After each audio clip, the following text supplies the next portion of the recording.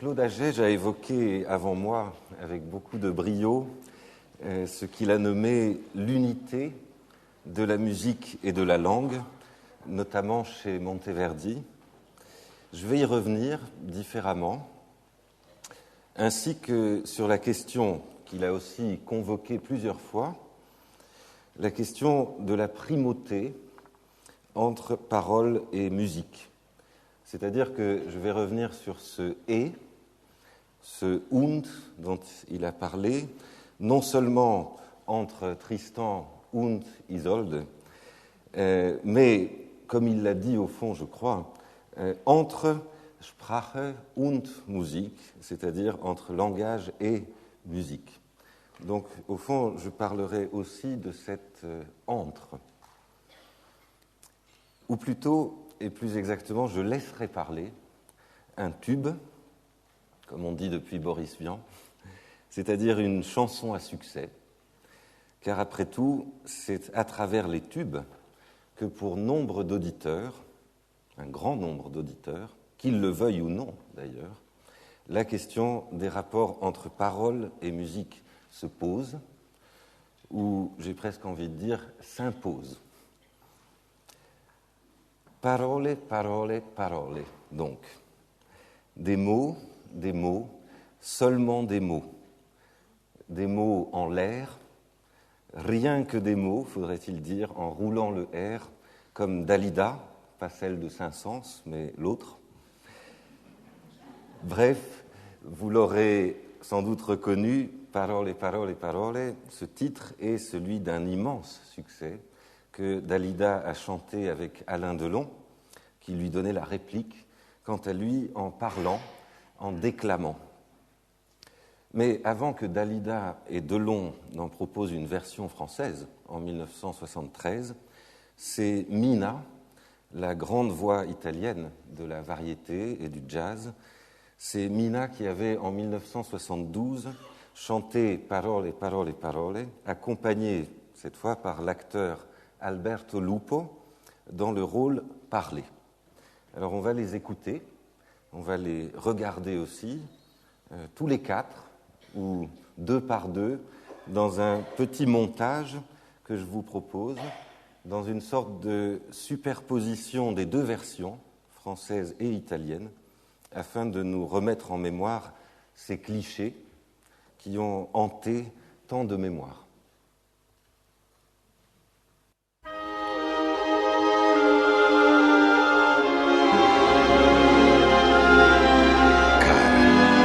Cosa mi succede stasera? Je ne sais pas ce qui m'arrive ce soir. Ed è Je te come la regarde prima comme pour volta. la première fois.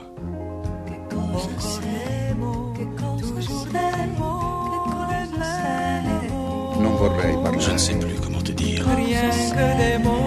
ma tu sai la frase Mais tu as d'amore cette belle histoire cominciata e d'amour mai que je ne cesserai finita. jamais de lire.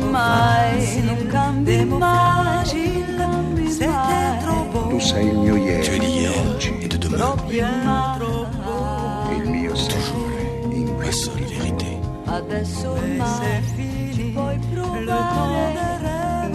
Chiamami tormento, dai, già che ci sei. Tu sei come il vento Tu che es comme porta le i vent violini qui e fait le chanter rose. le violon et emporte le mal parfait. Caramelle, non ne voglio più. Certe volte non ti capisco, Par moments, je ne te Le comprends rose e i pas. violini, questa sera tu peux bien les offrire. Violini e rose li posso sentire. Quando la cosa mi va, quando è il momento e dopo si vedrà. una parola ancora. Une parole Parole, encore. parole, parole. Ascoltami, Parole, parole, parole. ti prego, Parole, Je t'en parole, prie, parole. io ti giuro. je te jure.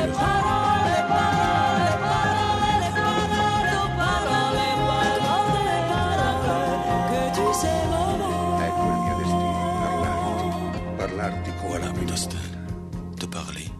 Te parler comme la première fois.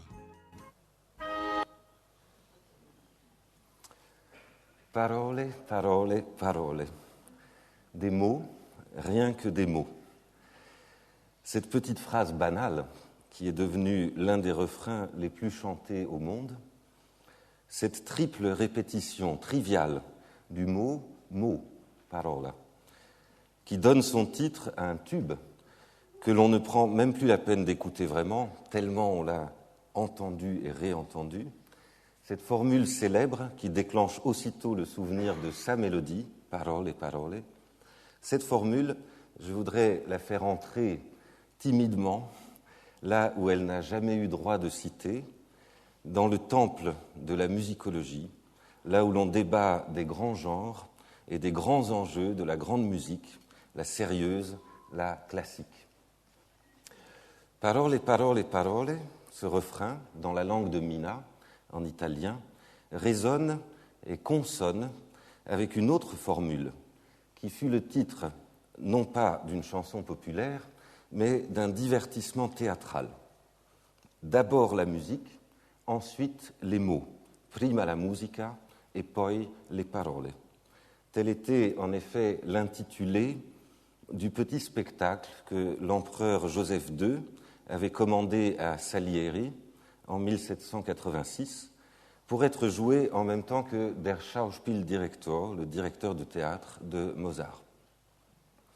On voyait dans le spectacle de Salieri un musicien, un maître de chapelle, maestro di capella, et un poète, un poeta, se disputer au cours des préparatifs pour un opéra.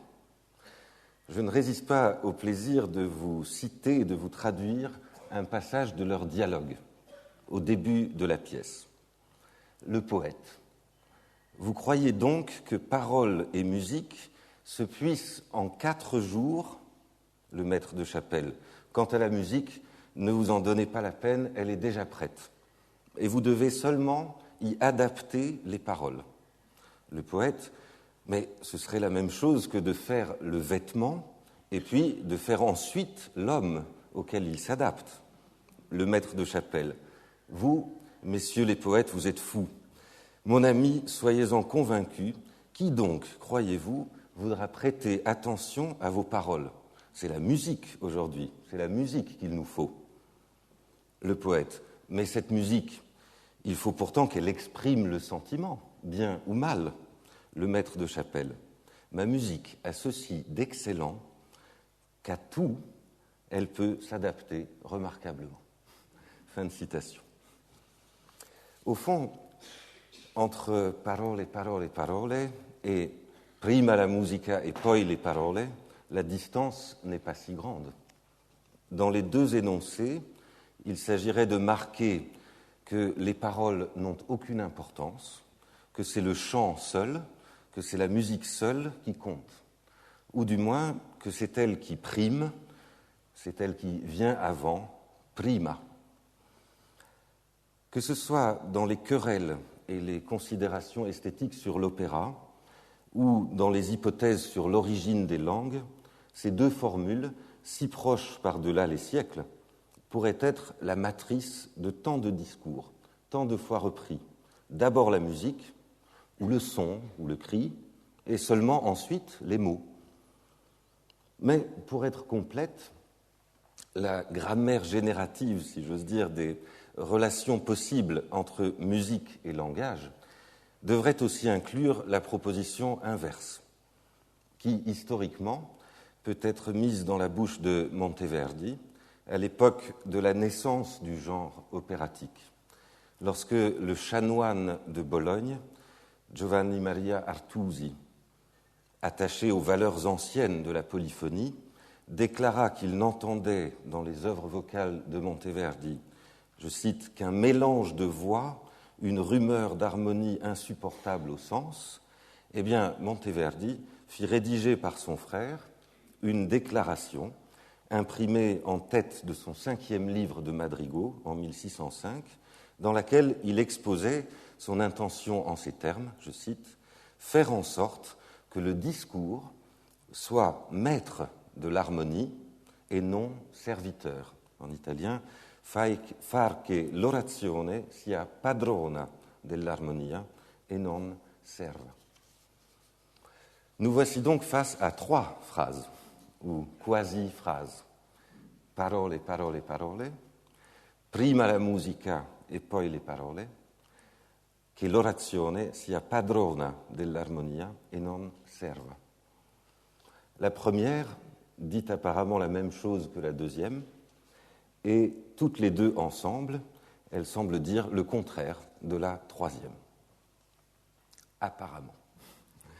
Mais allons y voir de plus près, car il se pourrait bien que la formule de Mina, longtemps après celle de Monteverdi et de Salieri, il se pourrait bien que cette formule déplace radicalement les prémices même de la question, telle qu'elle est traditionnellement posée en termes de primauté de la musique ou de la langue.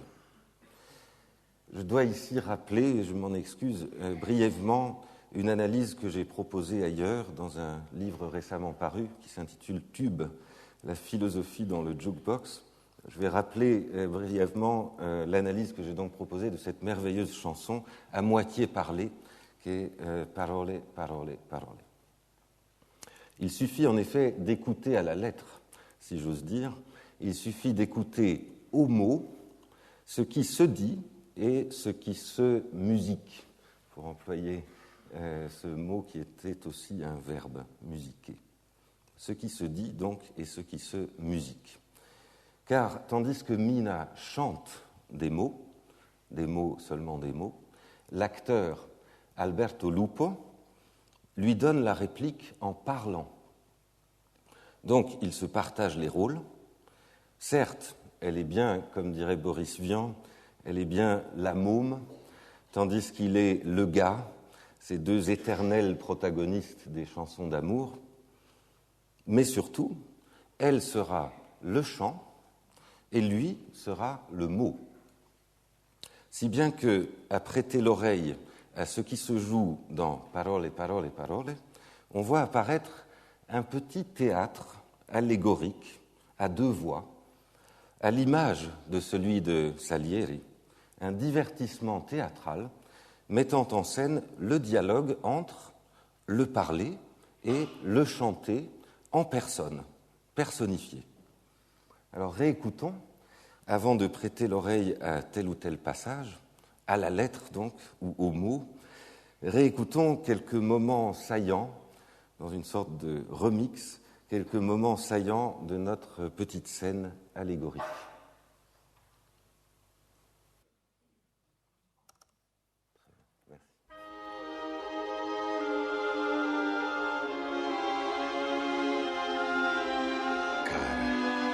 Cosa mi succede stasera? Ti guardo ed è come la prima volta. Che cosa sei? Che cosa sei? Che cosa sei? Non vorrei parlare. Tu sei come il vento che porta i violini e le rose. Caramelle, non ne voglio più. Certe volte non ti capisco. Le rose e i violini, questa sera raccontali un'altra, si vedrà. Una parola ancora. Parole, parole, parole. Ascoltami, Parole, parole, parole. ti prego. Parole, parole, parole. Io ti giuro. Parole, parole, parole, parole, parole, soltanto parole, parole tra noi. Ecco il mio destino, parlarti come la prima volta. Che cosa sei? Donc Alberto Lupo joue le rôle du langage. Il interprète le langage lui-même, il donne voix aux éternelles plaintes, aux sempiternels problèmes du langage. Non vorrei parlare, dit-il, je ne voudrais pas parler. Je voudrais pouvoir arrêter le défilé de mes signifiants, soit dans le silence, soit dans le pur lyrisme du chant ou du cri, soit dans la référence réussie d'une signification pleine. C'est ce qui semble d'ailleurs se produire un instant quand, par la voix de Alberto Lupo, le langage lui-même, dans l'un de ses tours ou l'un de ses tropes les plus usés, paraît se rassembler dans sa force de dénotation, dans son pouvoir de convoquer les choses qu'il désigne. Tu sei come il vento che porta i violini e le rose, dit le langage, tu es comme le vent qui apporte les violons et les roses, et aussitôt on les entend, qui surgissent comme par magie, ces violons, convoqués dans l'orchestre par la puissance performative d'une parole pleine.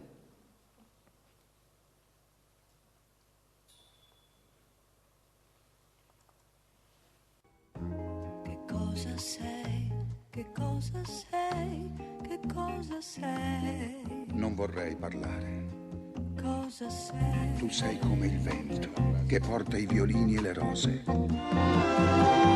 Caramelle, non ne voglio. Voilà, vous avez entendu ces violons qui montent au moment précis où ils sont performativement convoqués. Mais c'est là précisément ce que le chant, incarné par la voix de Mina, refuse aussitôt.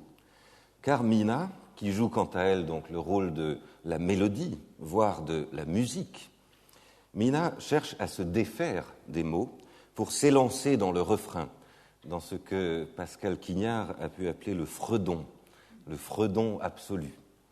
Caramelle non ne voglio più, chante le chant en personne, c'est-à-dire, dans la version française de Dalida, « Moi, les mots tendres, enrobés de douceur, se posent sur ma bouche, mais jamais sur mon cœur. »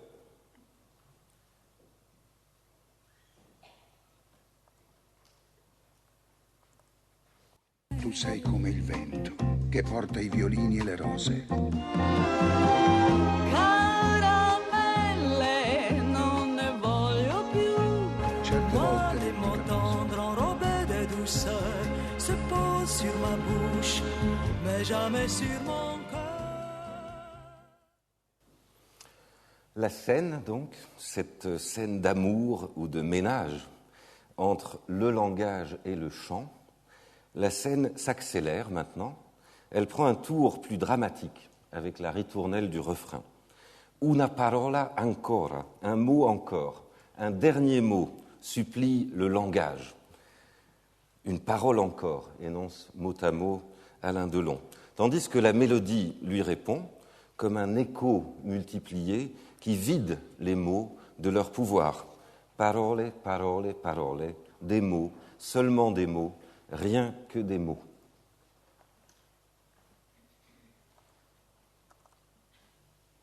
Una parola ancora. Parole, parole, parole. Ascoltami, Parole, parole, parole. ti prego. Parole, parole, parole. Io ti giuro. Parole, parole, parole, parole, parole, soltanto parole, parole tra noi. Les mots, donc, ne valent rien, voudraient chanter le chant.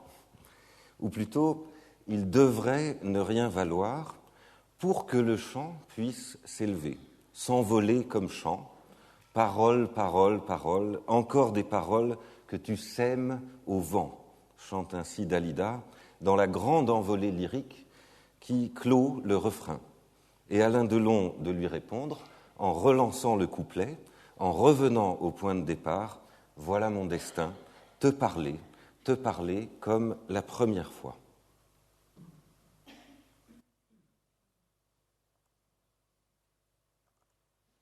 Parole, parole, parole, parole, parole, encore des paroles que tu sais mon mot. Voilà mon destin. Te parler comme la première fois.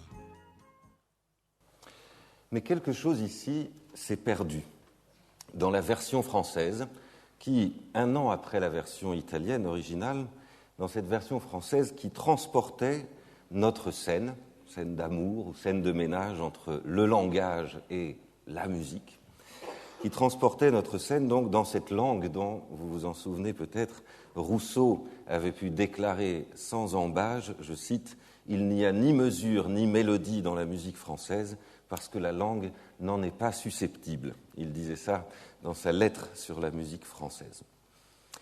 En effet, si l'on prête l'oreille à la version de Mina, ce qu'on entend, c'est tout autre chose. C'est ni plus ni moins une façon inouïe de redonner à penser la question classique et apparemment usée des rapports, comme on dit légèrement, des rapports entre musique et langage. Une manière inédite de la relancer, de la réinventer, car en ce même point où le refrain s'achève pour que tout recommence, Mina n'évoque pas des paroles, des mots simplement semés au vent, des mots dépensés pour rien, inutiles, comme si l'enjeu du chant était banalement de faire taire le langage en le renvoyant à l'ineffable. Non, ce que Mina énonce, c'est littéralement ceci: parole, parole, soltanto parole, parole tra noi. C'est-à-dire des mots, seulement des mots entre nous. On l'écoute une dernière fois. Parole, parole, soltanto parole, parole tra noi. Ecco il mio destino, parlarti come la prima volta. Entendons-la bien, Mina. Entendons mot à mot ce que donne ici à penser le chant en personne.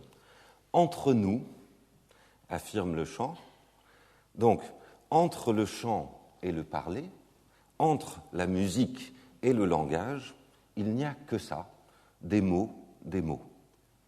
Donc l'entre, la différence ou l'écart entre musique et langage, c'est encore le langage. Le langage comme renvoi, comme ce qui diffère sa propre plénitude, son silence ou son devenir chant. Donc, à rebours du cliché rousseauiste qui voudrait que la langue italienne soit plus simplement et plus pleinement musicale que la française, ce que dit ou chante Mina en italien, c'est que la différence sur fond de laquelle s'enlève ou s'emporte musique et langage, cette différence, c'est encore la langue. Avec Mina, il ne s'agit donc plus tant de savoir ce qui viendrait avant, entre parole et musique, entre musique et langage. La question n'est plus celle de la primauté de l'un ou de l'autre, et c'est toute la position ou la posture musicologique classique qui s'en trouve bouleversée. On pourrait en effet le montrer aisément, la musicologie, qu'elle le veuille ou non, reste comme telle prise dans le problème de la précédence entre musique et langage. Son nom même en témoigne, la musicologie est cette discipline qui devrait être à même de traduire le fait musical dans la langue, dans le logos d'un discours qui puisse en rendre raison, et qui d'ailleurs, pour ce faire, s'est toujours largement inspiré de la linguistique ou de la sémiotique, c'est-à-dire de modèles langagiers à partir desquels la musicalité de la musique pourrait faire sens. Or, ce que Mina propose, c'est d'entendre autre chose dans ce vieux nom. La musicologie, chante-t-elle en quelque sorte, ne peut pas être ce qui, après coup, ordonne la musique selon l'ordre de la langue. Non, c'est plutôt qu'en se produisant, dans le mouvement même de la différence qui la produit comme telle, la musique s'écarte de la langue dans la langue. Ou encore, ce qui revient au même, c'est dans l'espacement de la langue, en tant qu'elle ne coïncide jamais avec elle-même, que s'ouvre et s'emporte à la fois l'origine sans origine de la musique. C'est une singulière mélologie que celle de Mina, qui analyse son propre tube, qui se fait la musicologue d'elle-même et de son chant. C'est un singulier mélologue, pourrait-on dire, en reprenant ce mot de Berlioz, qui qualifiait ainsi son œuvre intitulée L'Élio, à la fois chantée et parlée, entre mélodrame et cantate. singulier mélologue, donc, que Parole, parole, parole, cette chanson parlée chantée, que l'on aura peut-être entendue vraiment pour la première fois, même si on l'avait écoutée tant de fois. Après avoir laissé entrer Mina dans le temple de la musicologie, où elle n'aura pas manqué de faire trembler quelques assises séculaires, après l'avoir écoutée renvoyer dos à dos les tenants de Salieri ou de Monteverdi ou de Rousseau, je voudrais pour finir, car ce n'est que justice, redonner la parole à ce dernier, à Rousseau lui-même. Comme si Rousseau, imaginez, comme si Rousseau lui-même présentait Mina et Alberto Lupo, comme s'il les introduisait sur un plateau télévisé, car c'est là, en fait, que tout avait commencé, en 1972, en tant que générique de fin pour l'émission italienne Teatro 10. C'est là qu'on a entendu pour la première fois « Parole, parole, parole ». Donc imaginez Rousseau dans le rôle d'une sorte de monsieur loyal, désignant ces deux-là, le chant et le langage, comme s'il les montrait au public, en disant, en guise de prélude à la scène de ménage qui va suivre, je le cite, je vais scander lentement ces mots que je tire de son fameux essai sur l'origine des langues. Donc, Rousseau, voilà comment le chant devint, par degrés, un art entièrement séparé de la parole dont il tire son origine. Encore une fois, je le répète dans un montage en boucle, un peu comme un tube. Il faudrait se le répéter aussi souvent et aussi lentement qu'on le pourra. De la parole dont il tire son origine, voilà comment le chant devint, par degrés, un art entièrement séparé de la parole dont il tire son origine, voilà comment le chant, etc. Merci beaucoup.